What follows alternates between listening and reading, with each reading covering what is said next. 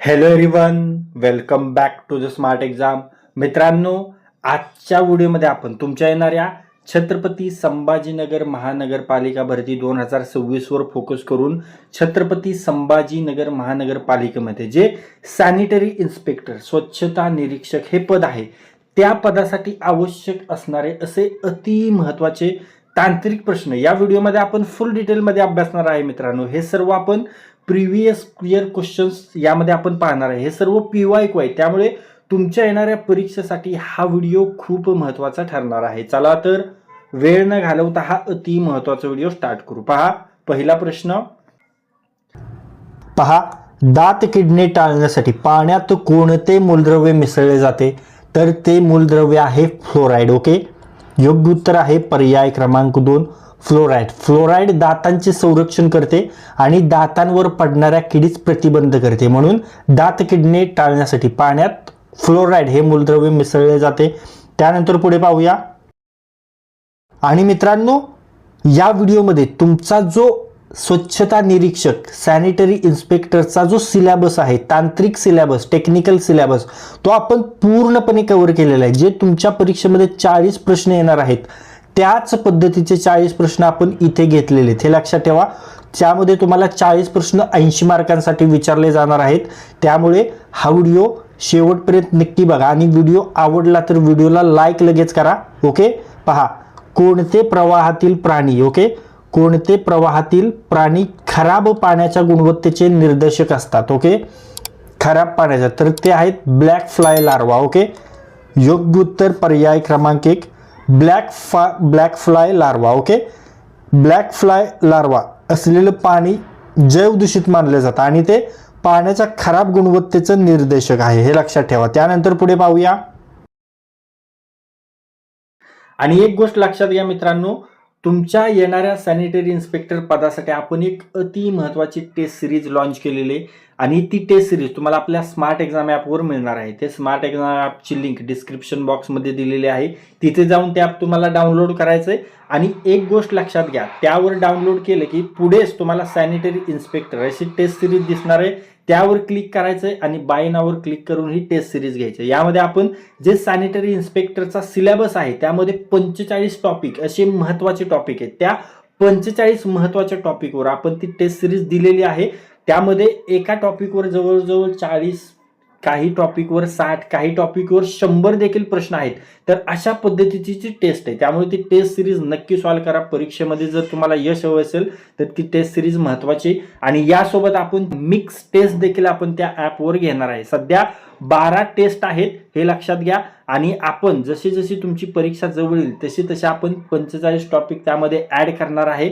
आणि अति महत्त्वाचे जे मिक्स टेस्ट आहेत, त्या मिक्स टेस्ट देखील आपण त्यामध्ये घेणार आहे. त्यामुळे आत्ताच ती टेस्ट सिरीज घ्या. स्मार्ट एक्झाम ॲपची लिंक डिस्क्रिप्शन बॉक्समध्ये आहे आणि यासाठी खूपच माफक फी आपण ठेवलेली आहे, हे लक्षात घ्या. ओके, तर ॲप डाउनलोड करा, टेस्ट सिरीजवर क्लिक करा, बाय नावर क्लिक करा, टेस्ट सिरीज सॉल्व्ह करा आणि आपल्या अभ्यासाला एक वेगळी दिशा द्या. ओके,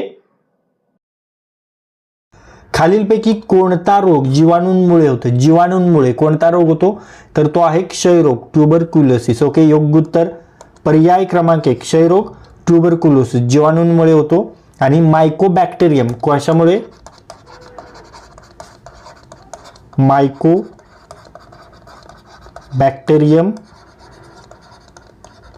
ट्युबरक्युलोसिस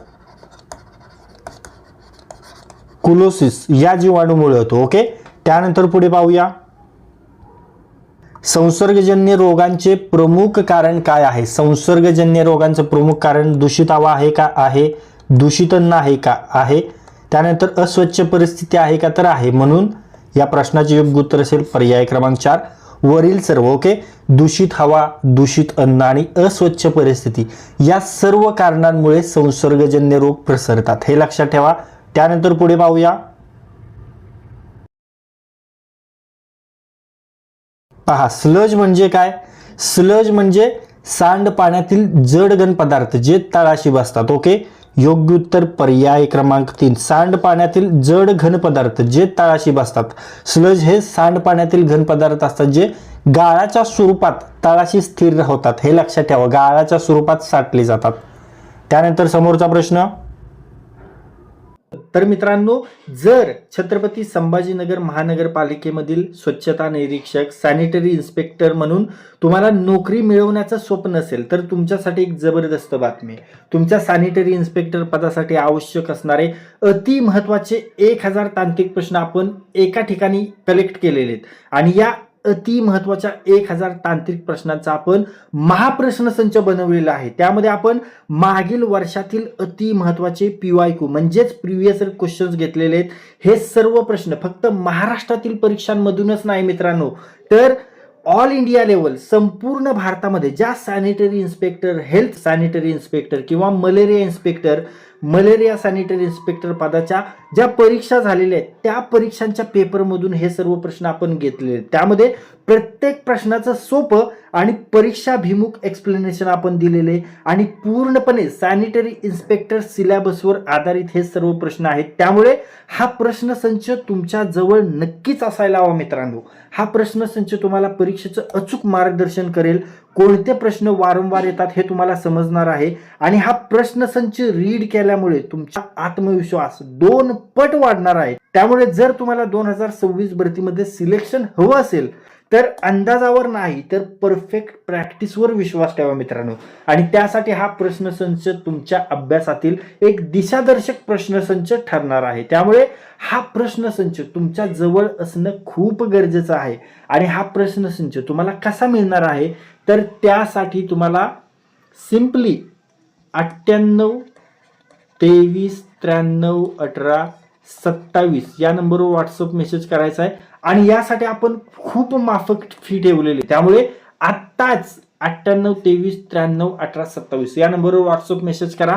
हा प्रश्नसंच घ्या आणि आपल्या अभ्यासाला एक वेगळी दिशा द्या. आता पहा, स्वच्छ भारत अभियान कोणत्या मंत्रालयाच्या अंतर्गत सुरू करण्यात आलं? स्वच्छ भारत अभियान हे जल आणि स्वच्छता मंत्रालयाअंतर्गत सुरू करण्यात आलं. योग्य उत्तर पर्याय क्रमांक 3 जल आणि स्वच्छता मंत्रालय. ओके, स्वच्छ भारत अभियान 2014 मध्ये स्वच्छता मंत्रालयाने सुरू केले, ज्याचा उद्देश भारत स्वच्छ आणि हागणदारी मुक्त करणे हा आहे. ओके, त्यानंतर पुढे पाहूया. पहा, कोणत्या प्रवाहाला सॅनिटरी सांडपाणी असे देखील म्हणतात? सॅनिटरी सांडपाणी हे कोरड्या हवामानाच्या प्रवाहाला म्हणतात. ओके, योग्य उत्तर पर्याय क्रमांक 4 कोरड्या हवामानाचा प्रभाव, ड्राय वेदर फ्लो. ओके, कोरड्या हवामानाचा प्रभाव म्हणजे मुख्यतः सांडपाणी किंवा मानवी उपसा निचरा करणारे सांडपाणी असते. ओके, त्यानंतर समोरचा प्रश्न,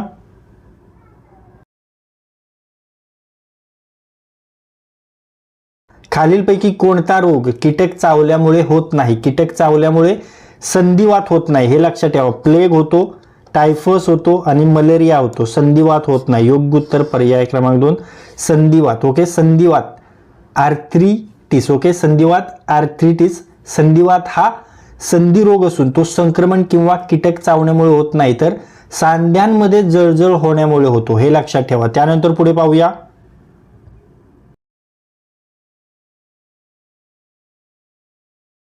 कोणता रोग लसीकरणाने रोखता येत नाही?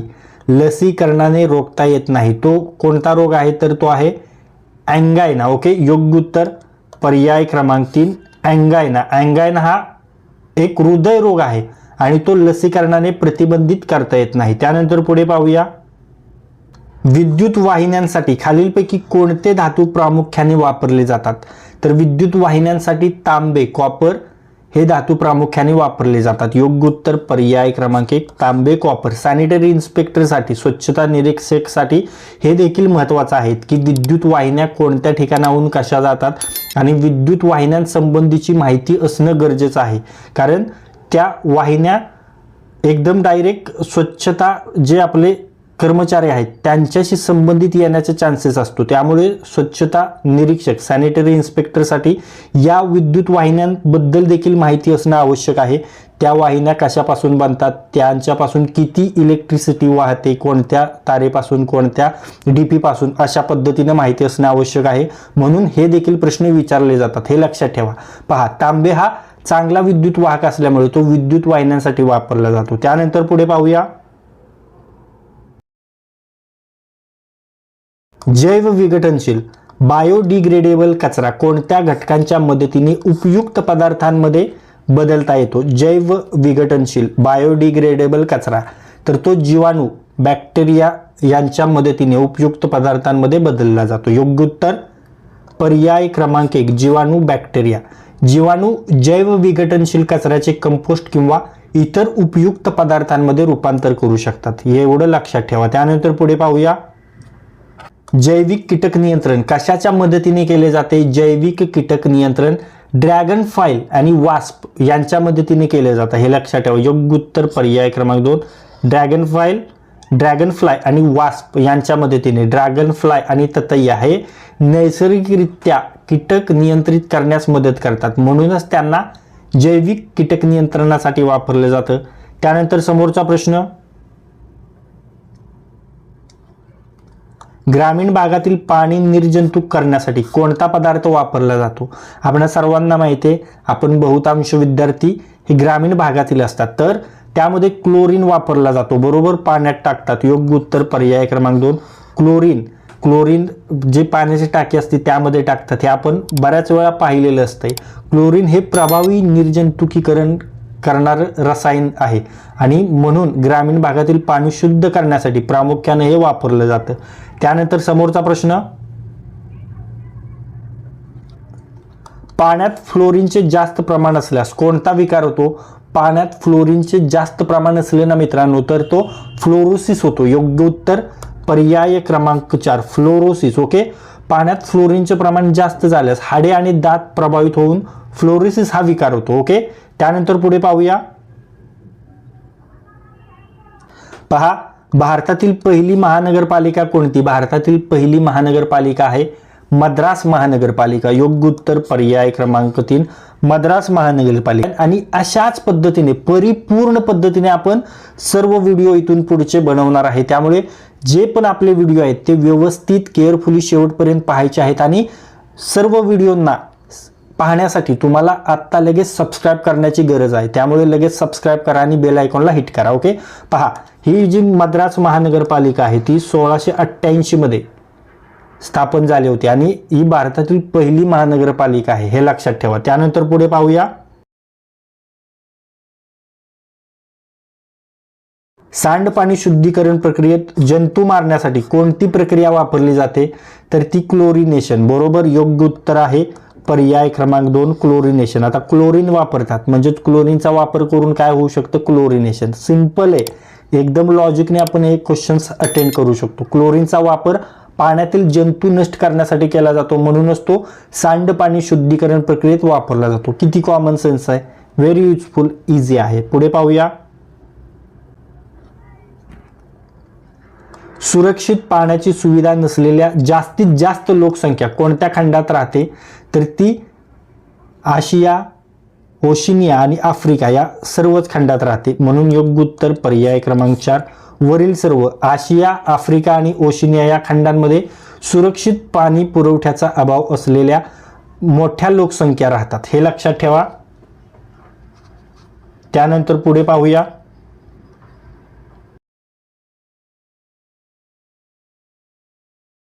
खालीलपैकी कोणत्या प्रकारच्या सांडपाण्यात मानवी विष्ठेचा समावेश असतो?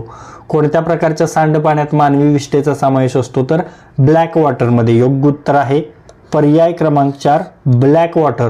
ब्लॅक वॉटर म्हणजे मानवी विष्ठा, मूत्र आणि जैविक कचऱ्याने भरलेले सांडपाणी, हे लक्षात ठेवा. त्यानंतर पुढे पाहूया, खालीलपैकी पर्यावरणाचे भौतिक घटक कोणते आहेत? पर्यावरणाचे भौतिक घटक आपल्याला सांगायचे आहेत. ओके, तर त्यामध्ये वनस्पती आणि प्राणी जीवन हे पर्यावरणाचे भौतिक घटक आहेत. योग्य उत्तर पर्याय क्रमांक 2 वनस्पती आणि प्राणी जीवन. पर्यावरणाचे भौतिक घटक म्हणजे काय मित्रांनो? तर नैसर्गिक घटक जे सजीव आणि निर्जीव स्वरूपात अस्तित्वात असतात. यामध्ये वनस्पती आहेत, प्राणी आहेत, माती, पाणी, सूर्यप्रकाश, हवा इत्यादींचा समावेश होतो, म्हणून वनस्पती आणि प्राणी जीवन हा एकदम योग्य पर्याय होतोय, हे लक्षात ठेवा. त्यानंतर समोरचा प्रश्न, सुरक्षित आणि शुद्ध पाण्याची व्याख्या खालील सर्व गोष्टींमध्ये समाविष्ट आहे फक्त वगळता. काय वगळता? तर घरगुती उपयोगासाठी अनुपयुक्त. ओके, योग्य उत्तर आहे पर्याय क्रमांक 2 घरगुती उपयोगासाठी अनुपयुक्त, म्हणजे सुरक्षित आणि शुद्ध पाणी घरगुती उपयोगासाठी उपयुक्त असतं, हे लक्षात ठेवा. सुरक्षित आणि शुद्ध पाणी हे पिण्यासाठी योग्य असतं. ते रोगजंतू, हानिकारक रसायने तसेच दूषित रंग आणि वास यांपासून मुक्त असतं. त्यामुळं ते घरगुती वापरासाठी योग्य असतं, अनुपयुक्त नसतं. म्हणून हा पर्याय 2 चुकीचा आहे, म्हणजे वगळलेला आहे. आणि या प्रश्नाचं उत्तर ते आहे. त्यानंतर समोरचा प्रश्न पाहूया. पहा, कोणताही संक्रामक घटक संवेदनशील व्यक्तीपर्यंत पोहोचवणारा आर्थ्रोपोड किंवा कोणताही जिवंत वाहक याला काय म्हणतात? तर याला काय म्हणतात? याला वेक्टर म्हणतात, वाहक म्हणतात. ओके, योग्य उत्तर आहे पर्याय क्रमांक 1, वेक्टर वाहक. हे लक्षात ठेवा. डास, माशा, उंदीर आणि अशा प्रकारचे जे तत्सम जीव आहेत हे संसर्गजन्य आजार एका व्यक्तीकडून दुसऱ्यापर्यंत पोहोचवतात, म्हणूनच त्यांना वाहक वेक्टर असं म्हणतात. ओके, त्यानंतर समोरचा प्रश्न, खालीलपैकी कशेरुकी प्रकारचे वाहक कोणते आहेत? उंदीर, कृंतक आणि वटवाघळे. योग्य उत्तर आहे पर्याय क्रमांक 1, उंदीर, कृंतक, वटवाघळे. हे सर्व कशेरुकी प्राणी असून ते विविध प्रकारच्या संसर्गजन्य रोगांचे वाहक असू शकतात, हे लक्षात ठेवा. आपण पाहिलं. त्यानंतर समोरचा प्रश्न,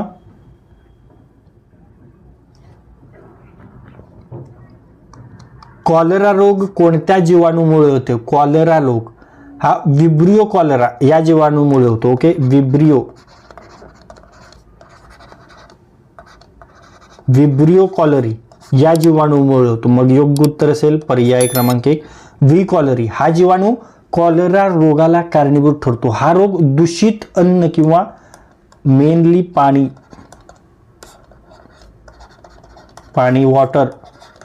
वॉटर पासून पसरतो, हे लक्षात ठेवा. त्यानंतर समोरचा प्रश्न, कॉलरा रोगाचा उष्मायन कालावधी कोणता आहे? कॉलरा रोगाचा उष्मायन कालावधी आहे 1 ते 5 दिवसांचा. ओके, योग्य उत्तर पर्याय क्रमांक 4, 1 ते 5 दिवस. कॉलरा संसर्ग झाल्यानंतर 1 ते 5 दिवसांत त्याची लक्षणं दिसू लागतात, जसं की काय होतं? तीव्र जुलाब आणि निर्जलीकरण होतं. ओके, त्यानंतर समोरचा प्रश्न, प्राथमिक आरोग्य सेवा कोणत्या संस्थेद्वारे पुरविली जाते? प्राथमिक आरोग्य संस्था, आरोग्य सेवा ही बहुउद्देशीय आरोग्य कर्मचारी, गाव आरोग्य मार्गदर्शक यांच्याद्वारे पुरवली जाते. योग्य उत्तर आहे पर्याय क्रमांक 1, बहुउद्देशीय आरोग्य कर्मचारी, गाव आरोग्य मार्गदर्शक. ओके, गाव पातळीवर प्राथमिक आरोग्य सेवा बहुउद्देशीय आरोग्य कर्मचारी आणि गाव आरोग्य मार्गदर्शक पुरवतात, हे लक्षात ठेवा. त्यानंतर समोरचा प्रश्न पाहूया. मूत्रविषयक प्रणालीत कोणता अवयव यात समाविष्ट नाही? मूत्रविषयक प्रणालीत गुदद्वार, रेक्टम अवयव समाविष्ट नाही, बरोबर ना? योग्य उत्तर आहे पर्याय क्रमांक 4, गुदद्वार, रेक्टम. मूत्राशय आहे, मूत्रवाहिनी, युरेटर आहे, मूत्रमार्ग, युरेथ्रा देखील आहे. गुदद्वार हा कशाचा भाग आहे? हा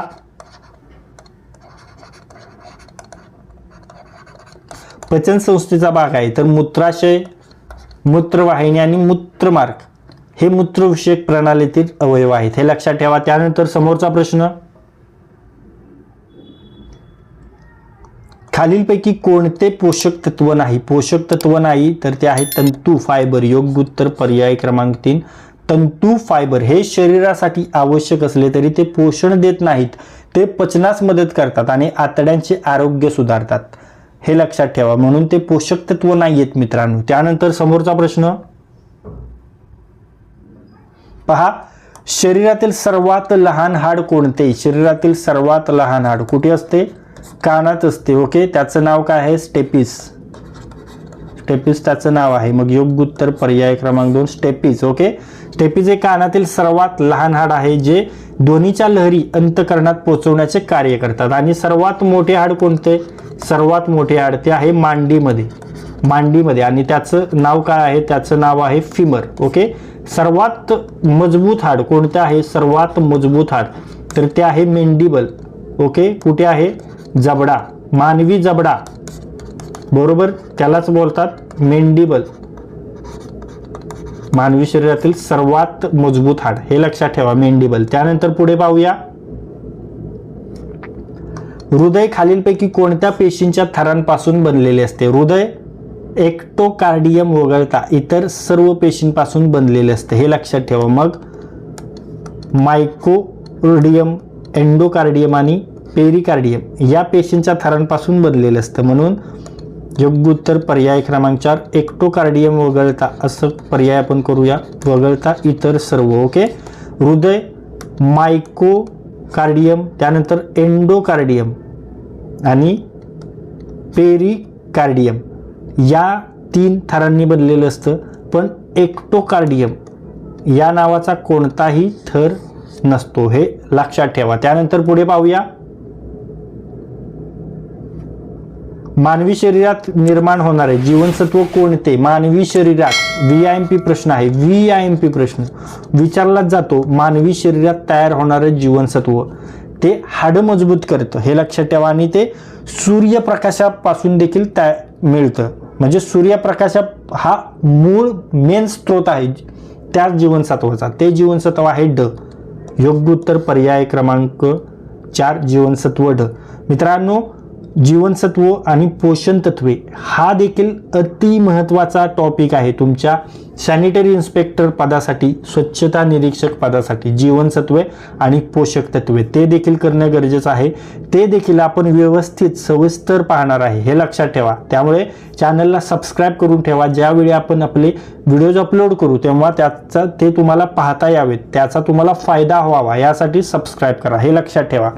आता पहा, जीवनसत्व ड त्वचेमध्ये सूर्यप्रकाशाच्या मदतीने नैसर्गिकरित्या तयार होतं आणि म्हणून याला सूर्यप्रकाश जीवनसत्व असं देखील म्हटलं जातं. आणि हाडे मजबूत करण्यासाठी कोणतं जीवनसत्व महत्त्वाचं आहे असं तुम्हाला विचारलं तर तुम्हाला सांगता आलं पाहिजे जीवनसत्व ड. त्यानंतर पहा, मानवी विसर्जन व रक्ताने माखलेल्या कापडांसाठी कोणत्या रंगाच्या पिशव्यांचा वापर केला जातो? पिवळ्या पिशव्या. योग्य उत्तर पर्याय क्रमांक 3 पिवळ्या.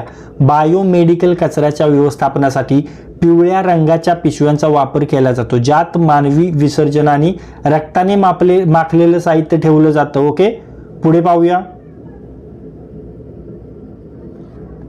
पहा, कोणत्या संकल्पनेनुसार आरोग्य म्हणजे केवळ आजाराचा अभाव समजला जातो? कोणत्या संकल्पनेनुसार आरोग्य हे केवळ आजाराचा अभाव समजला जातो? तर ती संकल्पना आहे जैव वैद्यकीय संकल्पना. योग्य उत्तर पर्याय क्रमांक 2 जैव वैद्यकीय संकल्पना. या संकल्पनेनुसार मित्रांनो आरोग्य म्हणजे फक्त आजारांचा अभाव मानला जातो. ओके. आणि मित्रांनो, आधुनिक संकल्पनांमध्ये काय तर मानसिक, सामाजिक आणि शारीरिक तंदुरुस्तीचा विचार केला जातो, हे लक्षात ठेवा. आणि जैव वैद्यकीय संकल्पनेनुसार आरोग्य फक्त आजार आणि आधुनिक संकल्पनेनुसार मानसिक, सामाजिक आणि शारीरिक तंदुरुस्तीचाही विचार केला जातो. कशामध्ये?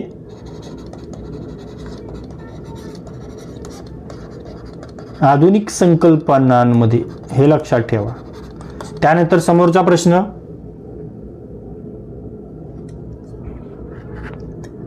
पहा, मलेरिया, फायलेरियासिस आणि प्लेग हे कोणत्या प्रकारचे आजार आहेत? हे कीटकजन्य आजार म्हणजे वेक्टर बोर्न डिसीज आहेत. योग्य उत्तर आहे पर्याय क्रमांक 3 कीटकजन्य रोग, वेक्टर बोर्न. पहा, हे रोग कशापासून पसरतात सांगितलंय तुम्हाला, तरी पुन्हा एकदा आठवण करून देतो. हे डास, उंदीर आणि इतर वाहक जंतूंमार्फत संक्रमित होतात, म्हणून त्यांना वेक्टर बोर्न डिसीजेस म्हणतात. त्यानंतर समोरचा प्रश्न, सार्वजनिक स्वयंपाकघरातील भांडी व वस्त्रांवरील रोगकारक जंतूंना दूर करण्याच्या प्रक्रियेस काय म्हणतात? तर त्या प्रक्रियेस म्हणतात निर्जंतुकीकरण, सॅनिटायझेशन. योग्य उत्तर पर्याय क्रमांक 1 निर्जंतुकीकरण, सॅनिटायझेशन. स्वच्छतेच्या प्रक्रियेत निर्जंतुकीकरण करून सार्वजनिक ठिकाणी स्वच्छता राखली जाते, जेणेकरून रोग जंतूंचा नाश होतो. ओके. त्यानंतर समोरचा प्रश्न,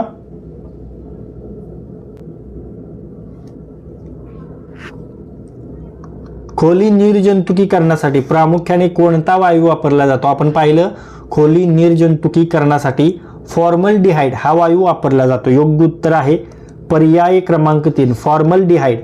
हा वायू प्रभावी जंतुनाशक आहे, जो वैद्यकीय आणि प्रयोगशाळांमध्ये खोली निर्जंतुक करण्यासाठी वापरला जातो. जास्त करून उपयोग याचा कशामध्ये होतो? वैद्यकीय क्षेत्रात आणि लॅबोरेटरीजमध्ये. यामध्ये प्रयोगशाळा निर्जंतुक करण्यासाठी वापरले जातो. ओके. त्यानंतर समोरचा प्रश्न, जखमा साफ करण्यासाठी प्रामुख्याने कोणते ऑक्सिडायझिंग एजंट वापरले जाते? जखमा साफ करण्यासाठी हायड्रोजन पॅरॉक्साईड आपण पाहिलेलं आहे. ज्यावेळी लहानपणी जखम व्हायची, ज्यावेळी डॉक्टरकडे जाणं व्हायचं, त्यावेळी डॉक्टर जे पहिल्यांदा जखम स्वच्छ करण्यासाठी, साफ करण्यासाठी तो कापसाद्वारे जे लावायचो त्याला हायड्रोजन पॅरॉक्साईड, तो त्यावेळी बोलायचा, ते तुम्हाला आठवत असेल. तर तेच हे आहे. योग्य उत्तर आहे पर्याय क्रमांक 2. हायड्रोजन पॅरॉक्साईड हे जखमांमधील जंतू नष्ट करण्यासाठी आणि रक्तस्राव थांबवण्यासाठी वापरलं जातं. त्यानंतर समोरचा प्रश्न,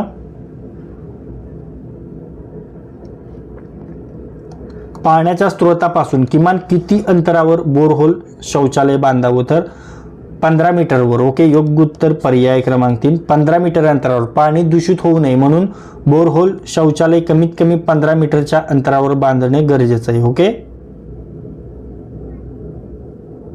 त्यानंतर पुढे पाहूया, हाताने फ्लश करता येणाऱ्या शौचालयास काय म्हणतात? हाताने फ्लश करता येणाऱ्या शौचालयास वॉटर सील टॉयलेट म्हणतात. योग्य उत्तर आहे पर्याय क्रमांक 4, water seal toilet. Water seal टॉयलेटमध्ये थोड्या प्रमाणात पाणी वापरून मल निस्सारण केले जातं, ज्यामुळे दुर्गंधी टाळली जाते. ओके. त्यानंतर मित्रांनो, आत्तापर्यंत जे काही प्रश्न आपण पाहिलेले त्या प्रश्नापैकी काही प्रश्न मी तुम्हाला विचारणार आहे, त्याचे उत्तर तुम्हाला कमेंट बॉक्समध्ये सांगायचे. तुमच्यासाठीचा प्रश्न पहा, पाण्यात फ्लोरीनचे जास्त प्रमाण असल्यास कोणता विकार होतो? आपण डिटेलमध्ये पाहिलेला आहे प्रश्न. आणि मित्रांनो, आन्सर 100% कमेंट करायचे. यामुळे तुमचा कॉन्फिडन्स इन्क्रीज होतो, हे लक्षात ठेवा. तुमचा कॉन्फिडन्स इन्क्रीज होणार आहे यामुळे. त्यामुळे लगेच कमेंट करा. प्रश्न पुन्हा एकदा पहा, पाण्यात फ्लोरीनचे जास्त प्रमाण असल्यास कोणता विकार होतो? आन्सर कमेंट करून सांगायचंय. त्यानंतर समोरचा प्रश्न तुमच्यासाठी, खालीलपैकी कोणता रोग कीटक चावल्यामुळे होत नाही? हा देखील प्रश्न डिटेलमध्ये आपण पाहिलेला आहे. त्यामुळे आन्सर 100% कमेंट करायचंय. फक्त ABCD असं नाही, तर त्याचं हे आन्सर कमेंट करा, हे लक्षात ठेवा. Actual answer. त्यामुळे तुमचा कॉन्फिडन्स इन्क्रीज होण्यास मदत होते. पहा, खालीलपैकी कोणता रोग कीटक चावल्यामुळे होत नाही? आन्सर फटाफट कमेंट करा. तुमच्यासाठीचा समोरचा प्रश्न, शरीरात सर्वात लहान हाड कोणते? हा आपण पाहिला. मी तुम्हाला सर्वात मोठे हाड देखील सांगितले, सर्वात मजबूत हाड देखील सांगितलेले आहे. त्यामुळे हा प्रश्न तुमच्या कायम ध्यानात राहणार, हे 100% शुअर आहे. त्यामुळे तेच तुम्ही फक्त कमेंट करून सांगायचं, ABCD नाही तर ते आन्सर कमेंट करून सांगायचं, हे लक्षात ठेवा.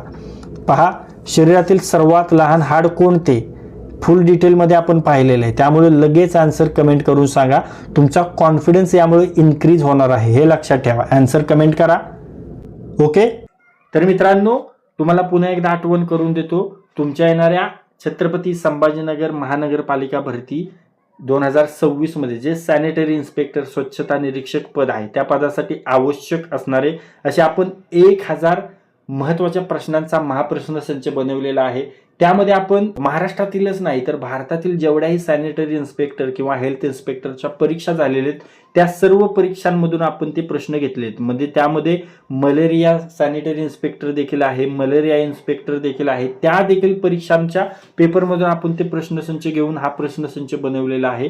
प्रत्येक प्रश्नाचं सोपं आणि परीक्षाभिमुख एक्सप्लेनेशन आपण दिलेलं आहे आणि पूर्णपणे सॅनिटरी इन्स्पेक्टर सिलेबसवर आधारित हा प्रश्नसंच. त्यामुळे हा प्रश्नसंच नक्की घ्या परीक्षेमध्ये, त्याचा तुम्हाला फायदा होणार आहे. आणि त्यासाठी तुम्हाला काय करायचे, त्यासाठी तुम्हाला 98 23 93 18 27 या नंबरवर व्हॉट्सअप मेसेज करायचा आहे.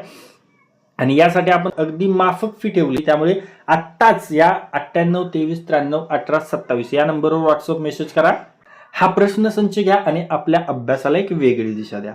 तर मित्रांनो, या व्हिडिओमध्ये आज आपण तुमच्या येणाऱ्या छत्रपती संभाजीनगर महानगरपालिका भरती 2026 मध्ये जे स्वच्छता निरीक्षक सॅनिटरी इन्स्पेक्टर पद आहे त्या पदासाठी आवश्यक असणारे असे तांत्रिक प्रश्न या व्हिडिओमध्ये आपण फुल डिटेलमध्ये अभ्यासलेले आहेत. हे सर्व PYQ आहेत, हे सर्व प्रिव्हियस इयर क्वेश्चन्स आहेत. त्यामुळे तुमच्या येणाऱ्या परीक्षेमध्ये या व्हिडिओमधील 4 ते 5 प्रश्न तुम्हाला नक्कीच दिसणार आहेत. त्यामुळे हा व्हिडिओ जास्तीत जास्त वेळा रिवाइज करा आणि जर हा व्हिडिओ तुम्हाला युजफुल वाटला असेल तर या व्हिडिओला लाईक करा. हा व्हिडिओ आपल्या कमीत कमी 10 मित्रांसोबत शेअर करा आणि जर हा व्हिडिओ तुम्ही पहिल्यांदाच आपल्या स्मार्ट एक्झाम चॅनलवर पाहत असाल तरी आपल्या स्मार्ट एक्झाम चॅनलला सबस्क्राईब करा आणि बेल आयकॉनला हिट करा. तर लाईक करा, शेअर करा आणि सबस्क्राईब करा. थँक्यू.